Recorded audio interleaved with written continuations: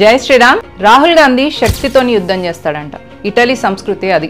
ఎడారి మత సంస్కృతి నేర్చుకొని వచ్చిన ఇటలీ మాత నేర్పించిన సంస్కారాలు బయట పెడుతున్న రాహుల్ గాంధీ. మహిషాసురుడు, నరకాసురుడు కూడా అలాగే శక్తి స్వరూపినితో యుద్ధం చేసి సర్వనాశనం అయిపోయారు.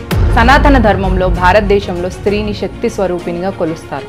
అందుకనే మనం ఈ దేశాన్ని భరతమాత అంటాం. ఈ కాంగ్రెస్ ప్రభుత్వం ఎట్లాంటిదంటే ట్రిపుల్ తలాక్ వంటివి పెట్టి ముస్లిం మహిళల ఉసురు పోసుకుంది. కానీ మోదీ ప్రభుత్వం ట్రిపుల్ తలాక్ని బ్యాన్ చేసింది. మోదీ ప్రభుత్వం 7 కోట్ల మంది మహిళలకు ఉజ్వల స్కీమ్ కింద ఫ్రీ సిలిండర్స్ ఇచ్చింది. మోదీ ప్రభుత్వం బేటీ బచావ్ స్కీమ్ కింద గ్రామాల్లో గవర్నమెంట్ స్కూళ్లలో 2014 నుంచి 12 కోట్ల టాయిలెట్స్ని నిర్మించింది. 33% రిజర్వేషన్ కూడా మహిళలకు ఇచ్చింది భారతీయ జనతా పార్టీ. మిషన్ శక్తి కింద విమెన్ హెల్ప్ లైన్ 181ని కూడా స్థాపించింది భారతీయ జనతా పార్టీ. బీజేపీ మహిళా శక్తి కేంద్రాలు నిర్మించింది. 60% సెంటర్, 40% స్టేట్ స్కీమ్లో దీన్ని నిర్మించారు. ప్రధానమంత్రి మాతృవందన్ యోజన కింద గర్భిణీ మహిళలకు ప్రతి నెల 3 నుంచి 5 వేల వరకు డబ్బులు ఇవ్వడంతో పాటు వాళ్లకు లాక్టేషన్ ప్రాబ్లం రాకుండా చూసుకుంది. శక్తిని తల్లిగా భావించే మోదీ ప్రభుత్వాన్ని ఎన్నుకోవాల్సిన బాధ్యత ప్రతి మహిళ పైన ఉంది. శక్తితోని యుద్ధం చేస్తా అని చూస్తున్న ఇట్లాంటి అసుర జాతి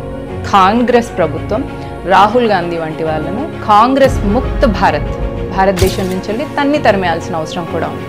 జై హింద్, జై భారత్.